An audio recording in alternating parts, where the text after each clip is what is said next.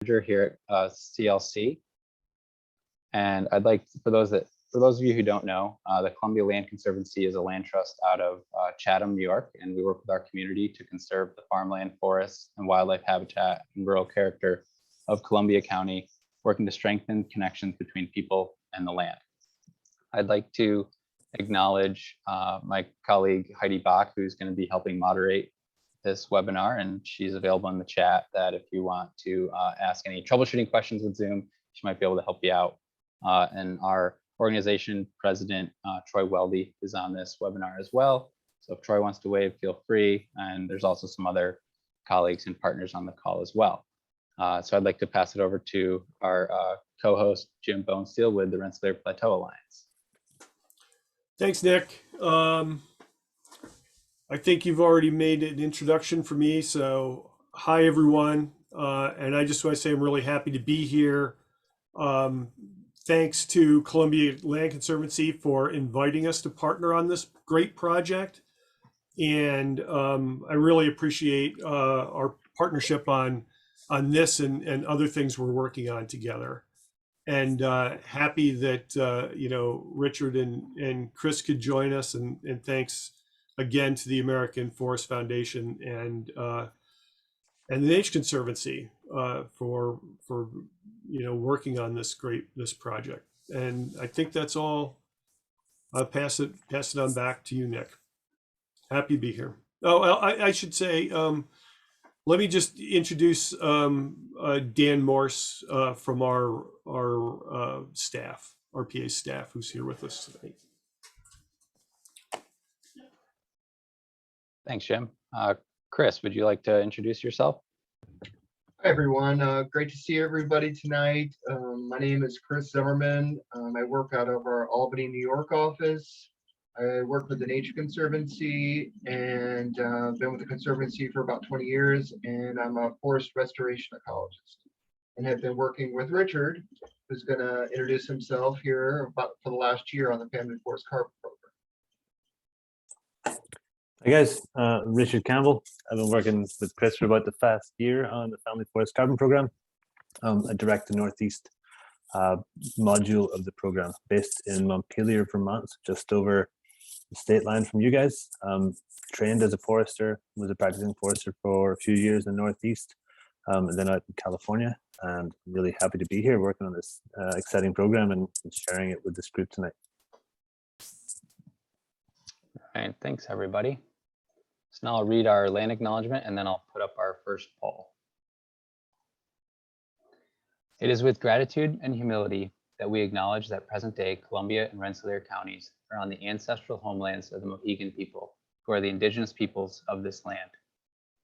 Despite tremendous hardship in being forced from here, today their community resides in Wisconsin and is known as the Stockbridge-Muncie community. This land is near the homelands of other indigenous peoples and First Nations, including the Schaghticoke First Nations. Indigenous peoples continue efforts to steward the land today. We pay honor and respect to their ancestors, past and present, as we commit to building a more inclusive and equitable space for all.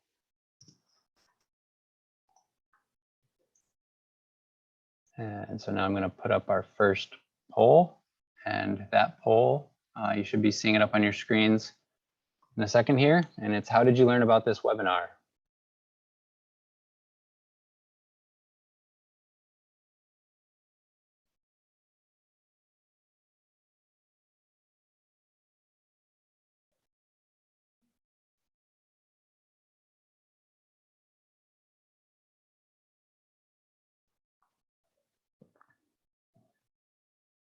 All right, thanks. Looks like a lot of people got our emails. I'll share it quickly.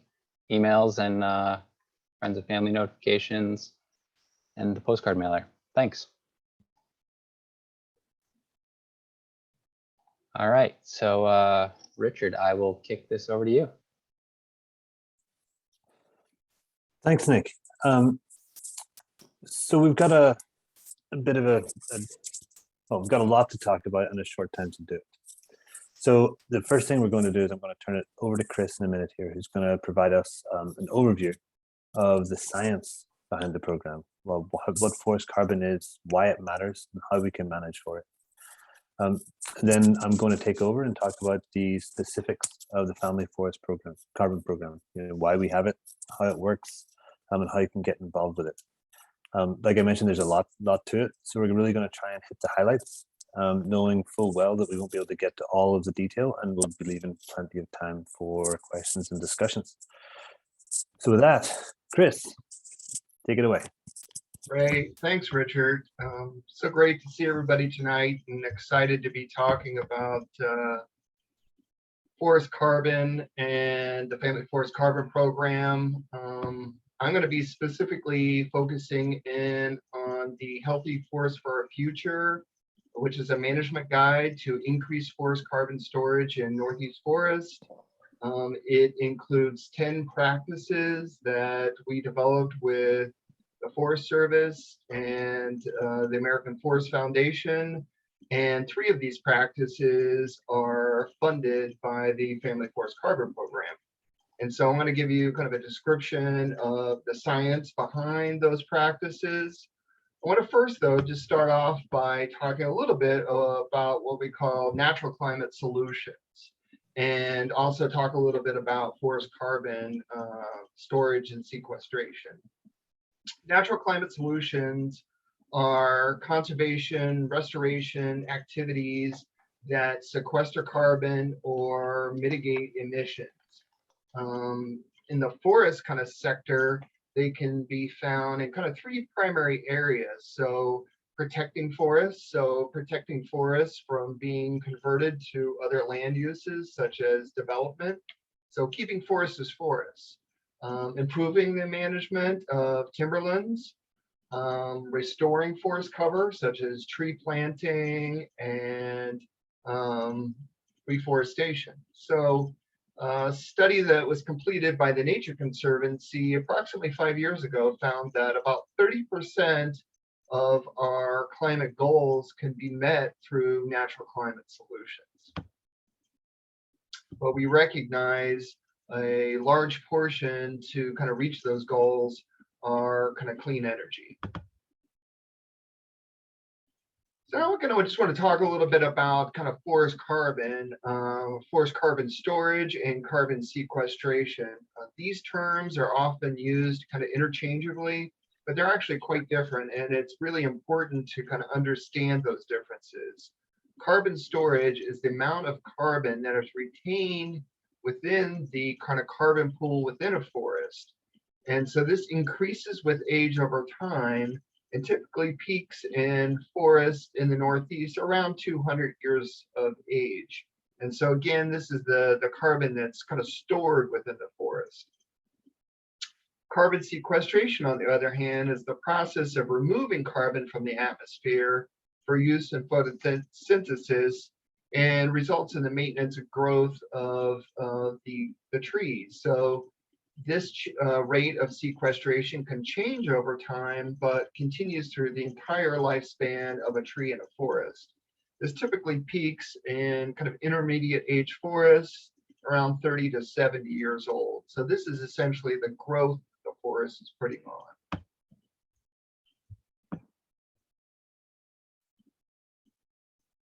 And carbon is stored in 5 primary pools within the forest. There's the live above ground carbon, which is stored within kind of trees and the leaves and the plant material. There's the live below ground, which is the roots. There's the dead wood, which is the standing dead trees, dead logs, the leaf litter, as well as the soil organic material. And so when we developed the practices for the guide, we took into consideration the multiple forest carbon pools as well as the sequestration.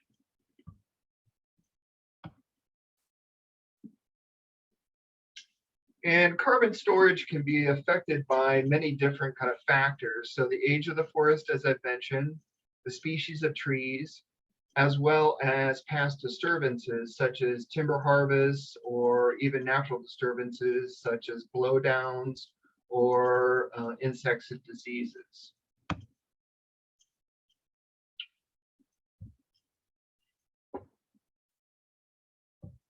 And then two, it's important to note that carbon is also stored in wood products after a tree is harvested. So long-lived kind of wood products such as kind of furniture or lumber for housing, that carbon is kind of tied up into those wood products over time. And that's also something we take into consideration within the practices in the guide. We completed the management guide to increase carbon in Northeast Forest last fall. We worked, as I mentioned, with the U.S. Forest Service and American Forest Foundation. The guide contains 10 practices. And those practices were developed with a whole set of partners and through a 3-step process. First, we completed a scientific literature review, so combed kind of the literature to see what was out there to identify a whole range of practices. We then secondly, honed those practices in to the specific Northeast region. And then lastly, we worked with a team through a series of workshops to kind of evaluate and refine the practices and narrow down to a list of 10. And as part of that process as well, we did some forest carbon modeling to kind of predict the benefits of the practices over time. The practices are specific to the New York and New England area and focus in on 2 primary forest types. The Maple Beech forest type, or otherwise known as northern hardwoods, which you can see within this blue color here throughout the region. It's our most abundant forest type. And then also oak hickory forest type group, which is shown in the light green, which is found in the Hudson Valley and lower New England. The guide contains multiple different sections. It provides a description of the practice, the expected benefits, practice consideration, and potential funding sources. And the purpose of the guide really is to enable landowners and foresters to make climate-informed decisions. The 10 practices really work to increase or maintain carbon stored in the forest over a 20-year period of time, while building the forest's ability to bounce back from climate impacts.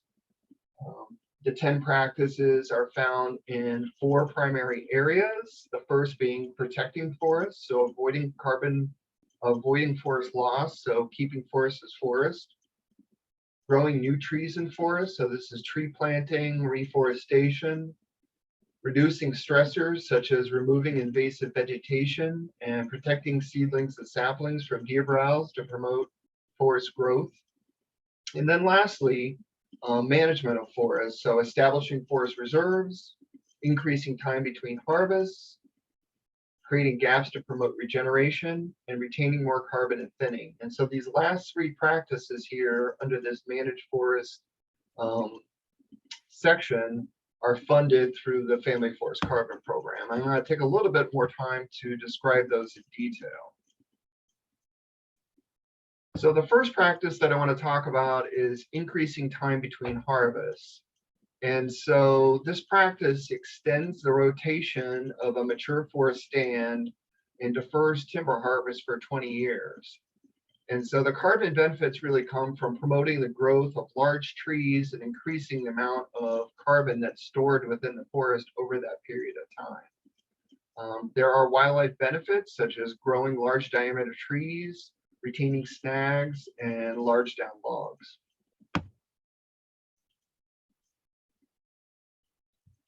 The second practice falls under the management considerations. And this is creating gaps to promote regeneration. And so this practice creates canopy gaps covering less than 20% of the unit or stand that are approximately less than 5 acres in size, while maintaining or leaving 4 kind of big trees or retention trees, retaining snags and tops and kind of down wood. And this practice promotes forest regeneration and growth within those gaps. The carbon benefits kind of range. There is a short-term decrease in carbon storage, but this practice maintains carbon storage over that 20-year period of time compared to kind of common practice. There are also wildlife benefits. So this practice increases structural complexity, which definitely provides habitat for many kind of bird and wildlife species, having that multi-age, multi-canopy cover classes. Then lastly, just kind of talking about the last forest management practice that is offered through the program. So this is retaining more carbon in thinnings.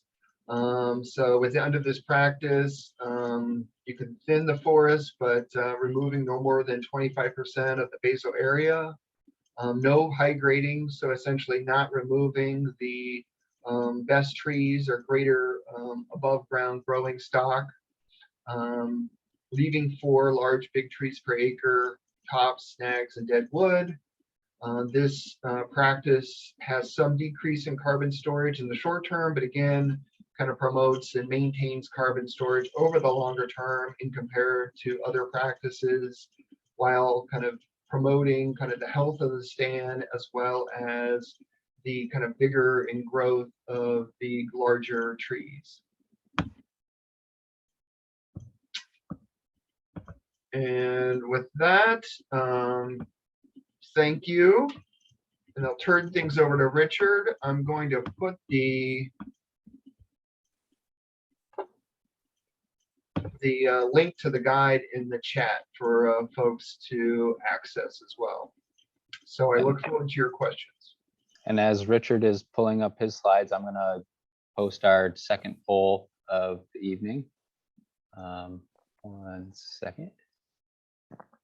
This is a 2-question poll. How many acres of forest land do you own? And how actively is your forest managed?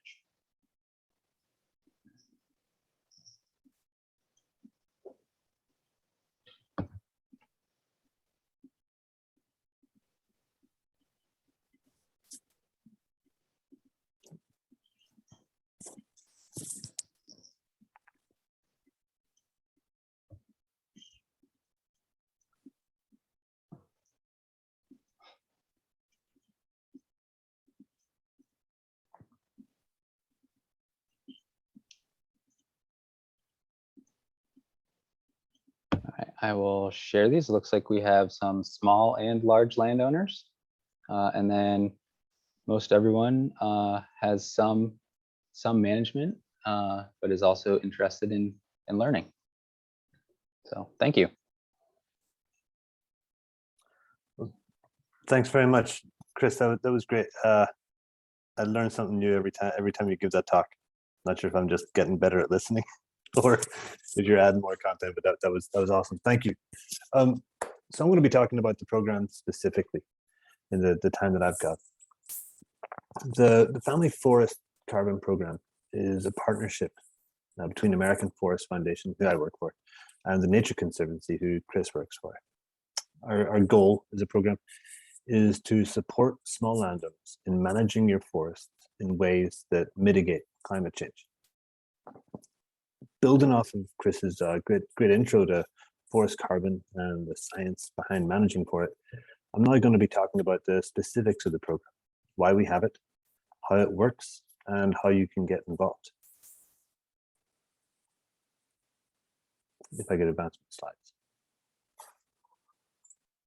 There. So why did we create this thing in the first place? American Forest Foundation's mission is to support family forest owners, and through our organization and through the American Tree Farm System, which was our original program, we've been at it for about 80 years. It's what we do as an organization. But specifically to the Family Forest Carbon Program, forests, as you've heard, are an essential part of the climate change solution, and specifically family forests are one of the most important parts of that. As you can see from this chart here, family forests are the largest ownership type in the country. Only more land than corporations, only more land than the government. But with that, there's an enormous power in that shared ownership. But despite that importance, small landowners are often underserved by the market. And one of the main reasons that we created the Family Forest Carbon Program is to reduce some of those barriers to entry to the carbon market that small landowners experience. As you can see from this chart here, most private forests in the US is owned by small landowners, but most carbon projects currently occur on large ownerships. There's a number of reasons for this. Transaction costs are one. Lots of project costs to develop a carbon projects are fixed.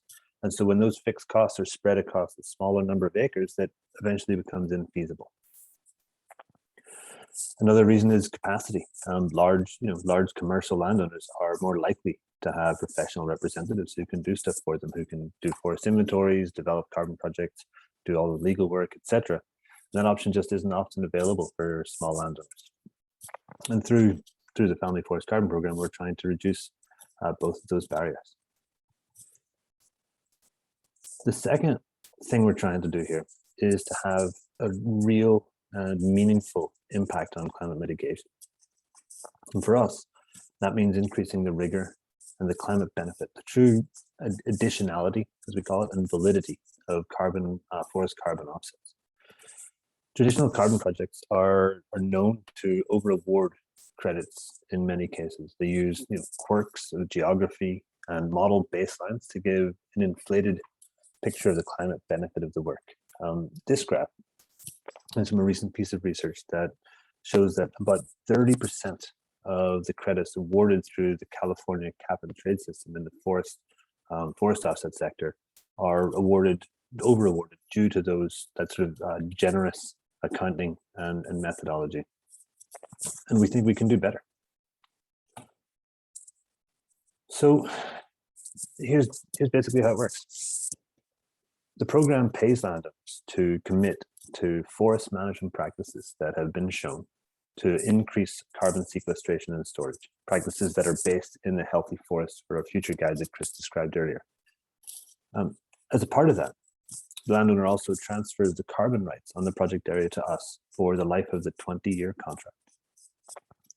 We measure carbon stocks on the property, not just on that property, but across the whole cohort of landowners that we enroll in any 1 year.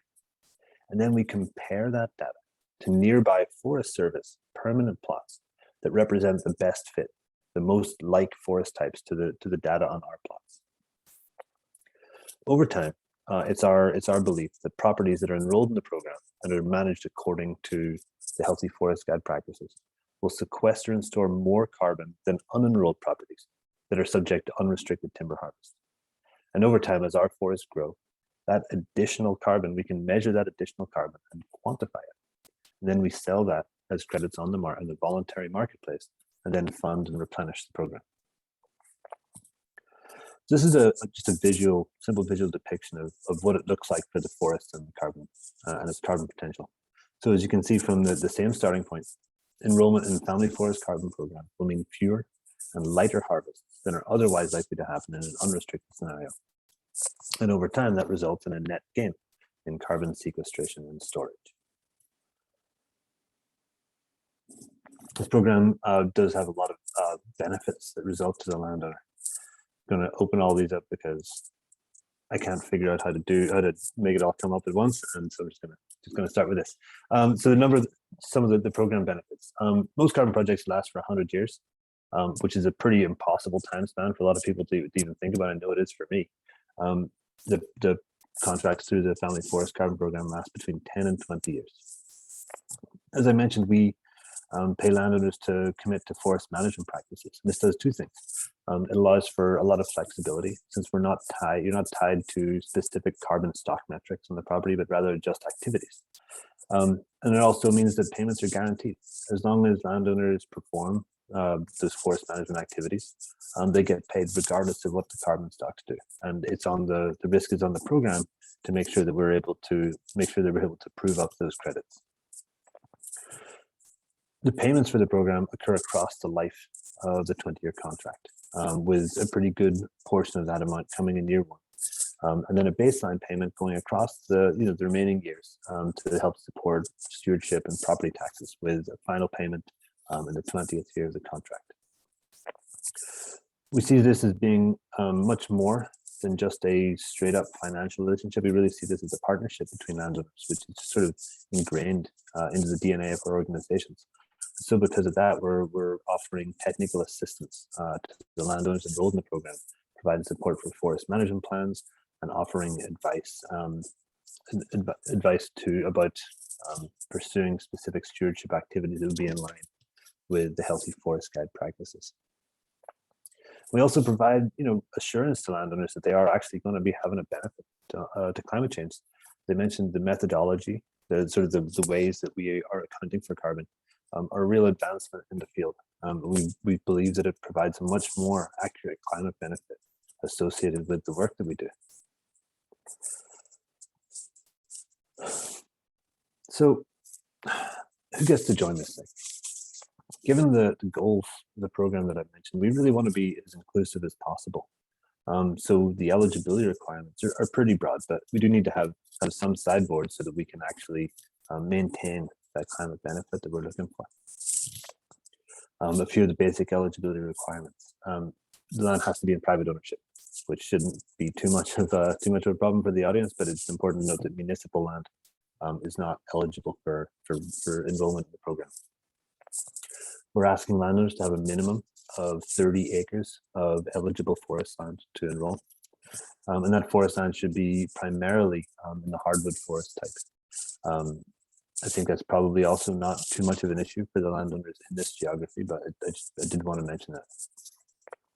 The land also has to be available for harvest. That means a couple of things. It means that the forest land has to be of merchantable size and quality, so it could otherwise be harvested, so that we can demonstrate a potential behavior change versus unenrolled properties. It also has to be accessible, physically accessible. If it's a stand or a parcel that is unroaded or is just too rocky or swampy to be operable, that's not a harvestable stand. And so we want to make sure that anything that is enrolled is otherwise subject to unrestricted timber harvest. And we also want to make sure that accessibility continues to legal accessibility. If a land has a conservation easement that restricts or prohibits harvest, we're also unable to enroll that as well. So as long as the land is available for harvest, is in the forest, is in the right forest types, and is 30 acres in size and private ownership, it's more than likely going to be eligible. One other note I should mention is that if the property has had a previous forest carbon project on it, it's not going to be eligible for our program because of the way the carbon rights get transferred. That's probably not going to be an issue because, as I mentioned, most traditional projects last 100 years, but there are several new methodologies coming online that do have shorter contract periods. So that will be something to keep in mind as landowners are considering their options. And then finally, landscape position.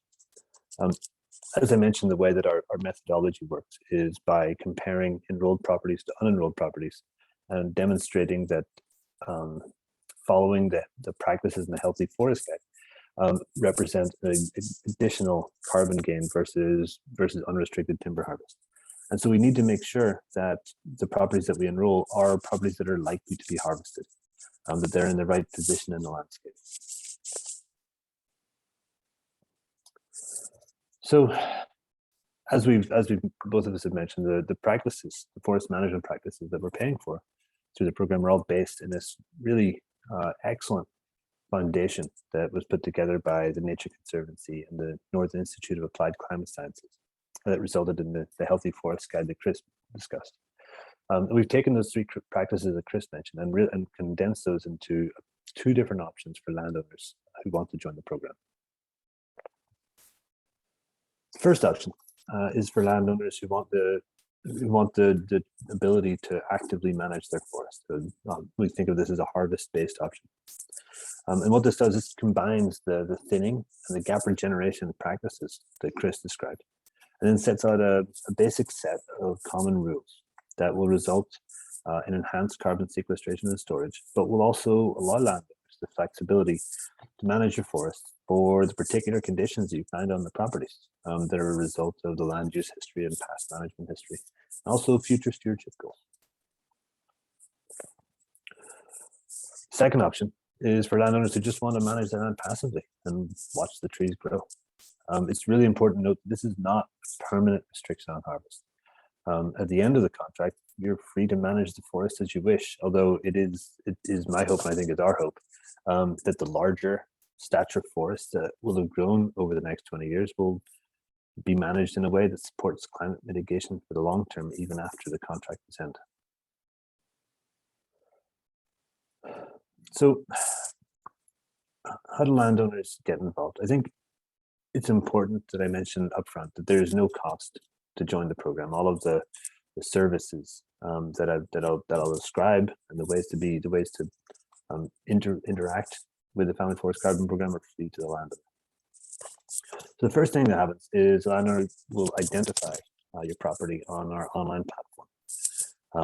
When you do that, you'll receive a report on the land, sort of describing the basic forest characteristics, and also describing the practices, the Family Forest Carbon Program, as well as the other forest management support programs that American Forest Foundation offers, which programs might be the right fit for your forest. If you meet the eligibility requirements for the Family Forest Carbon Program, you can then set up a time to connect with one of our representatives to answer your questions. And assuming all that goes well, we'll then connect you with a forester, either a staff forester or a consulting forester that we pay for, who will walk the land with you, confirm your eligibility and your payment quote rather, and collect information about the forest that will help us develop the contract agreement and also inform the development of a forest management plan if that is something that you need or want. Based on the results of that visit, we'll put together the contract agreement. You'll review it, sign it if it looks good, and send it back to us. And then after that, we'll start making payments very soon after that. Like I mentioned, we spread payments across the whole 20-year life of the contract, but we do try to reserve a significant portion of that for an upfront payment in year one. Then after that, we're off and running. The landowner, you will then hire your own forester, and this is where any additional activities wouldn't be part of the program offering. So if you want to do a timber harvest, you then hire a forester to complete the practices as you want, and then complete the reporting, documenting any timber harvest that does occur. And again, as long as landowners follow the harvest restrictions in the contract, they get paid. And the program does carry all of the risk that the carbon credits will follow. So we really are separating the generation of carbon credits from the management of forests. And I think that's one of the really defining features of this program. And for me, it's one of the most appealing aspects.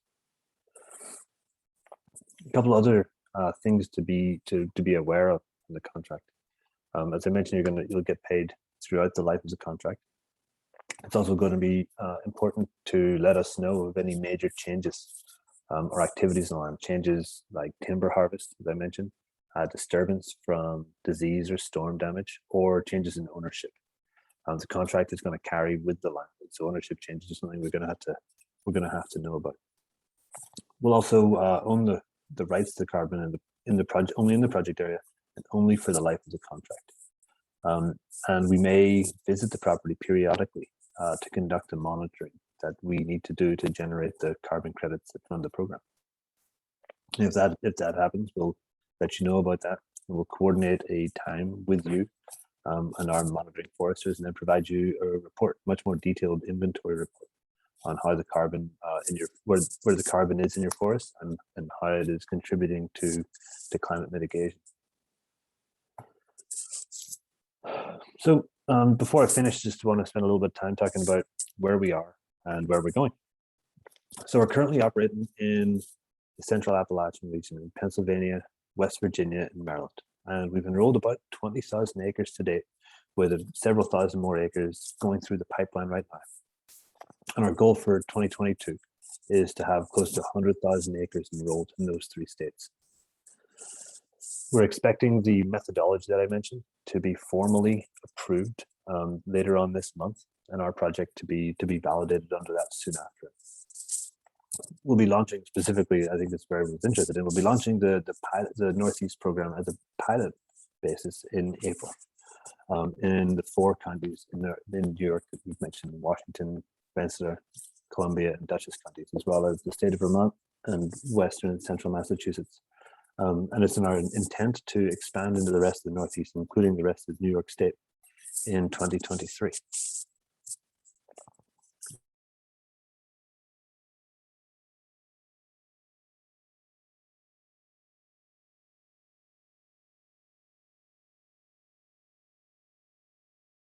To Nick, Jim, Heidi, and our partners at CLC and RPA, and then of course to Chris and the Nature Conservancy for setting us up with the science that makes it all happen.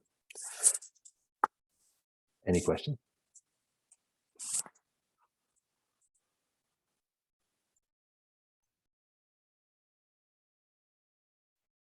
Thanks, Richard, and thanks, Chris.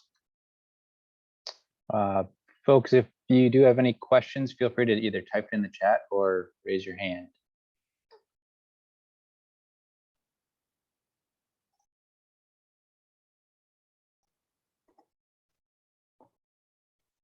So there is a question in the chat.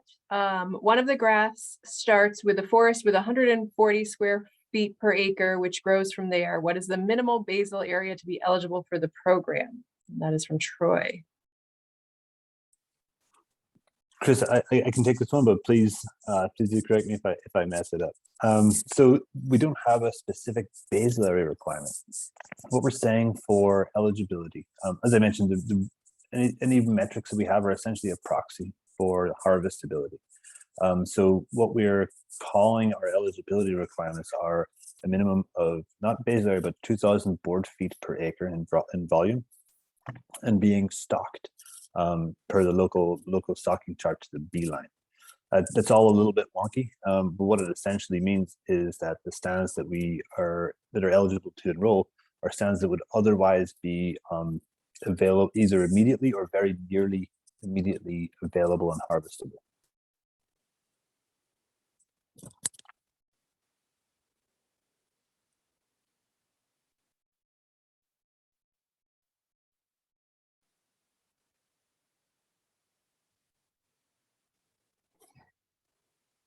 Does the forest owner or the program pay for the hired forester? Yes, is the short answer. So for the forester, before enrollment in the program, the FFCP, the Valley Forest Carbon Program, will pick up the bill for the forester for anything that needs to get done for enrollment. We'll also either pay for the development of management plan or provide financial support for the development of management plan if it's a very particular kind of plan that the landowner wants.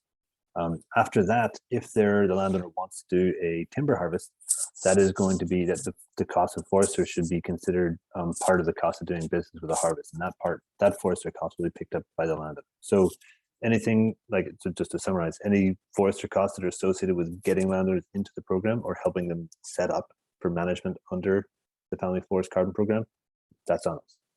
Any forester costs that are associated with pursuing specific activities, that's on the landowner. Thank you. Is the income taxable? And then part 2 to that question, is there an average income per acre?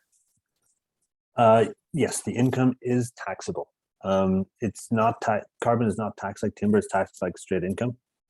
So that is something to be aware of. The average income per acre, so that depends on a few things.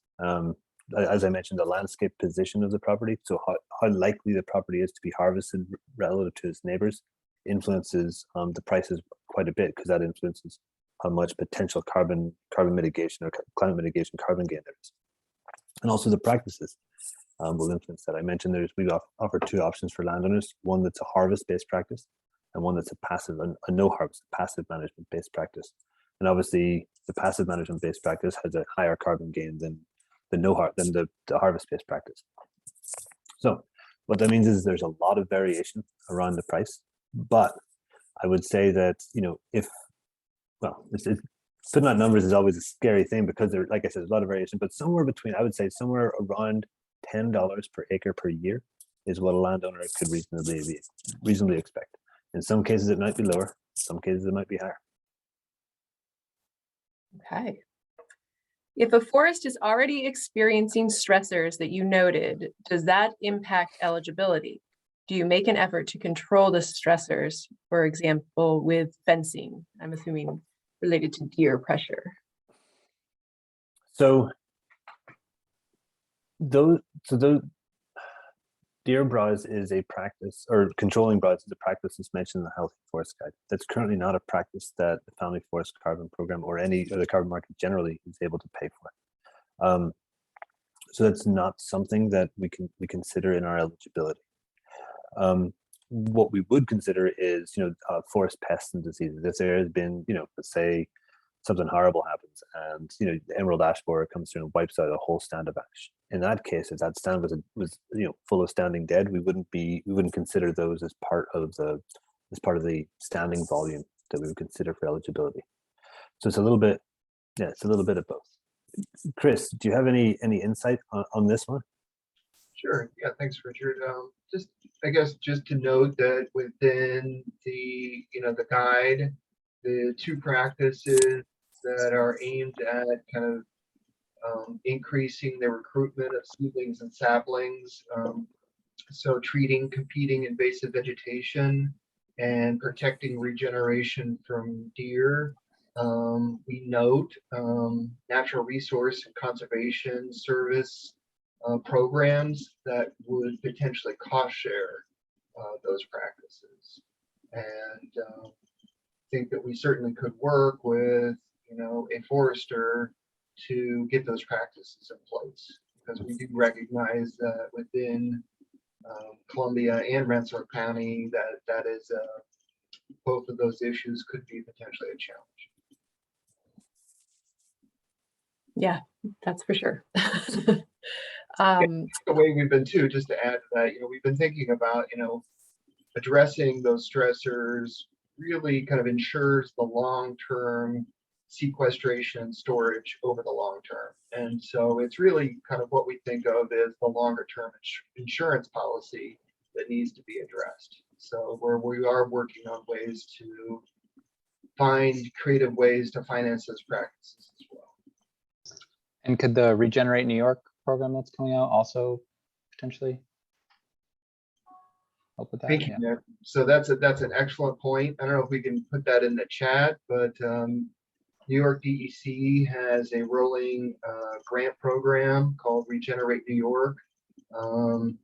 And I do believe that's around $500,000 per year that funds both treating competing vegetation and protecting regeneration from deer. So I think that's a program that we definitely could incorporate.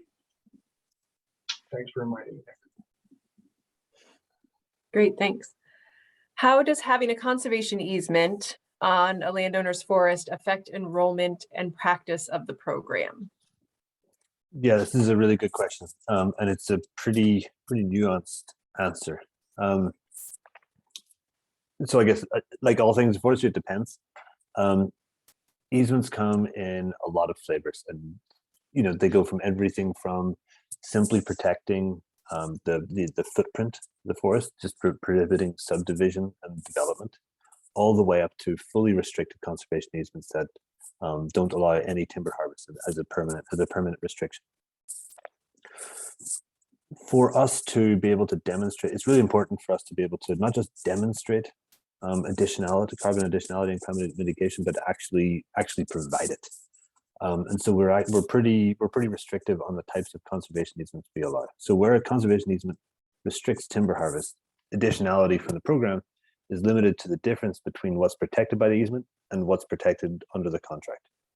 However, there's no way for us to parse that out when we do our monitoring and verification. There's no way for us to identify properties with similar easement terms. So we're faced with either the option of either taking credit for carbon that's been basically protected through the conservation easement, which we don't want to do. And so what we've decided is that we are not going to allow properties that have easements that restrict timber harvest.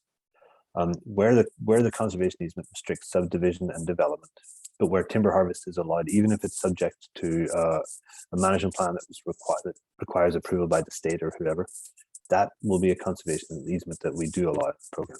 But where it's what we think was a working forest easement, where there are actual silviculture restrictions on the volume or activities associated with timber harvest, those are easements that we unfortunately can't allow. But I know it's a bummer for those people, but for on a personal note, it really does help us, maintain our climate mitigation goals, because we could easily score a bunch of freebies, but we're not going to. Yeah. And what about if someone is enrolled in the 480A program? I messed this question up last time, Chris. I'm going to punt this one shamelessly over to you. Thanks, Richard. And then just to further kind of with the easement question, just simply, if the easement, is a no-cut easement, then it would not be eligible. But many of the easements that landowners have in this region allow for timber harvesting. It just precludes development. So I think that it should not be an issue. And then in regards to 480A, as Richard indicated, there are two kind of practices or tracks that are offered through the Family Forest Carbon Program.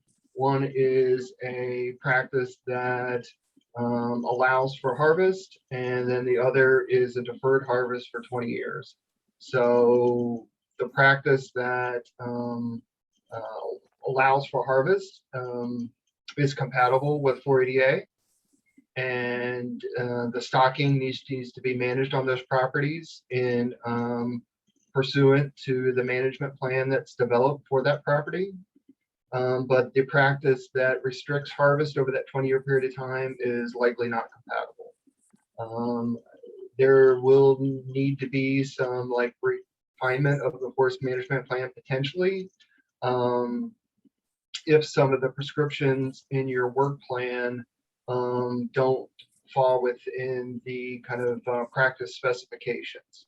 So for example, if you had a regeneration harvest that was 10 acres within your management plan to promote regeneration and generate timber revenue as well as promote habitat, that plan would have to be potentially amended.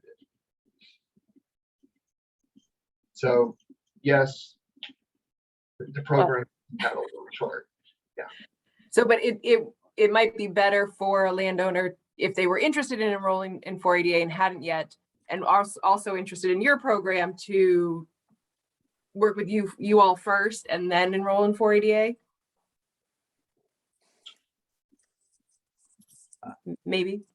Yeah, I guess it would be more landowners that are currently already enrolled in the program is what I was speaking to. Mm-hmm. If you are not enrolled in 480A, but considering it, and then also considering enrolling in the Family Forest Carbon Program, and that's certainly possible. It's just making your management plan that for 480A compatible with the practices in the Family Forest Carbon Program. But certainly, kind of working with us, and you're a forester or a forester that could be assigned to you, could make sure that the Family Forest Carbon Program and 480A management plan are compatible. Great. A quick question to tag onto that. If they're already working with a consulting forester, is there going to be, how will they know if those foresters are already either familiar with the Family Forest Carbon Program, or if they can get trained to do that work and continue working with that landowner? Is there anything in the works for that? Sure. Yes, we are providing training and information materials to foresters to work with us. We're going to be doing a series of webinars like these for the professional forest community. If the landowner is working with a forester who's interested in representing them with the program, I would encourage them to reach out to us, and we'll be able to send them the manual that we're putting together, as well as the training webinars, and help them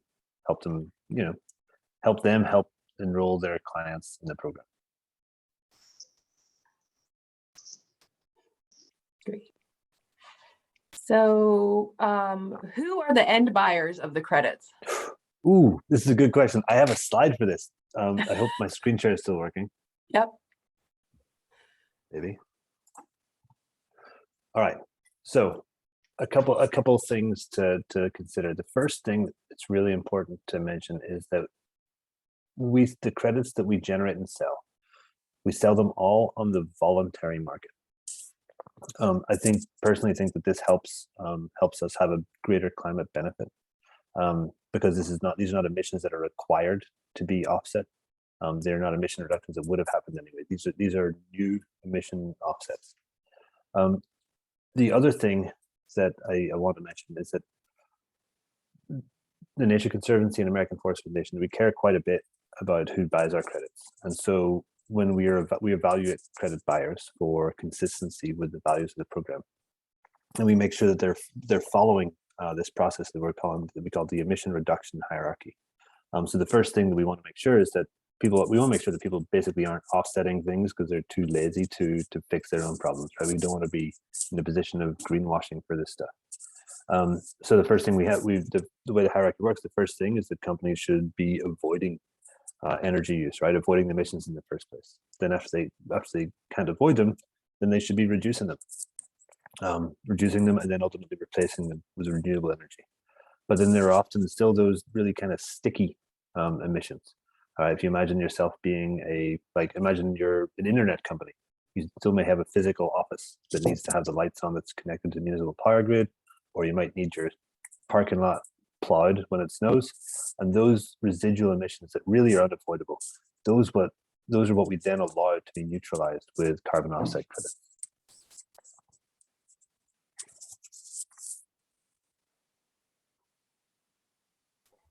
Okay. So now we have one that these folks have started a silvopasture project on their farm where they're leaving 60% of the basal area intact by using whole tree harvest and removing the less desirable and smaller trees. We are following up by seeding down the remaining forest floor and grazing cattle on it. Is this something that would still qualify under this program? Man, it sounds like a great management system. I'm a big fan of silvopasture, and I will say that as far as cattle production goes, that's about as climate friendly cattle production as you can get. Unfortunately, it doesn't right now fit the practice requirements. I think Chris mentioned the thinning and regeneration practices both require base area removal of no more than 25%. And in a combined sense, the contract offering that we have through the program is a maximum 15% basal area removal. So by that description, that property would not be eligible. However, there may be portions of the property. One aspect, I don't know if I mentioned this or not, but we aren't requiring landowners to enroll their entire property in the program. Only the portions that they want to enroll, and only the portions that are eligible. So there may well be a part of that property that that's not subject to 40% base area removal. And in that case, that part might still be eligible. But again, I love the silvopasture stuff, so thumbs up to whoever that was that's doing it.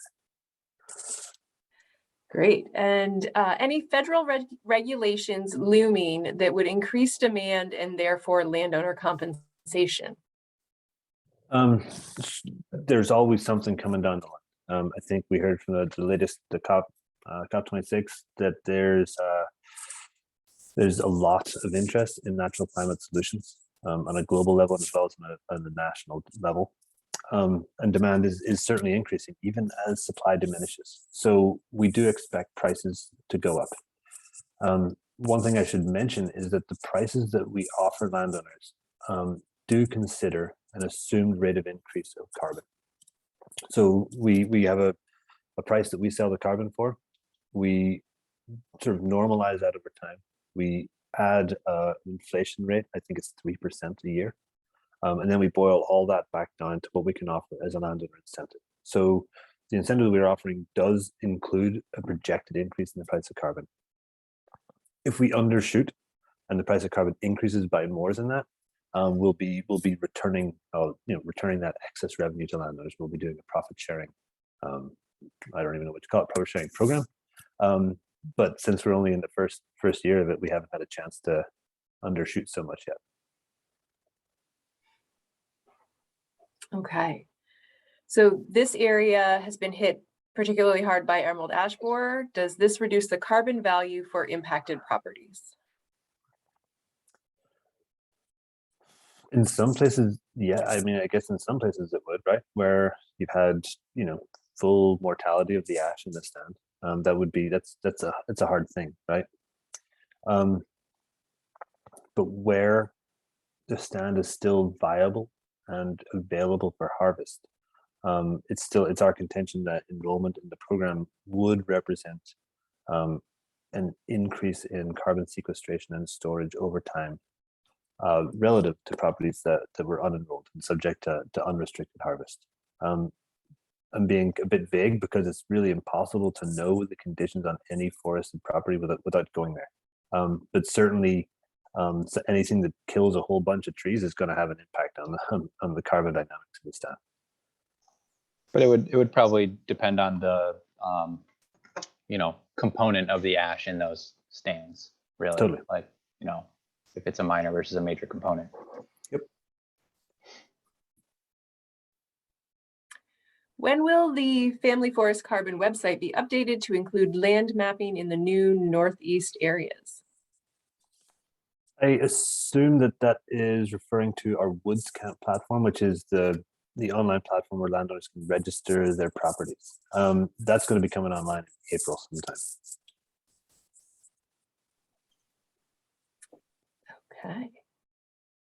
And you mentioned, did you say that it was 30 acres is the minimum for enrollment? 30-acre minimum, yeah, minimum project size, not necessarily property size. Right. Okay. All right. Any other questions? That's all we have from the chat. I'll just jump in, and it's not a question, but I'll just offer that, if there's CLC conservation easement landowners that have questions about their easements and if, it could be eligible and, need some interpretation help, feel free to reach out to us and we can at least give a baseline review of if we feel like it could be eligible. And then also if we have additional questions, we can kick it up to Richard or, and help that way. And we're also happy to meet with folks as well. Absolutely. Yeah. Thank you, Nick.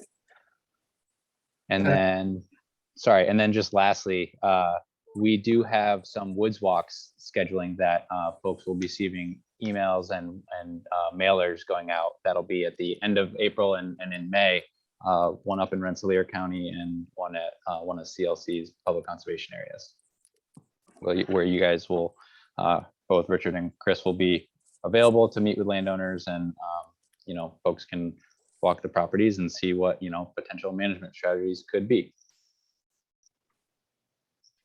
Definitely, and we hope to see a lot of you there. It'd be great to see your faces, especially getting out into the woods.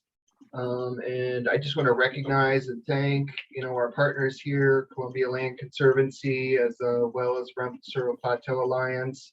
It's been great working with Richard on the Family Forest Carbon Program and AFF. And then also just recognize the Kaplan Foundation that funded large portions of this project, as well as the Healthy Forest for a Future Guide. So thank you. Yeah, thanks, guys. Appreciate everybody showing up tonight. Thanks, everybody. Yeah.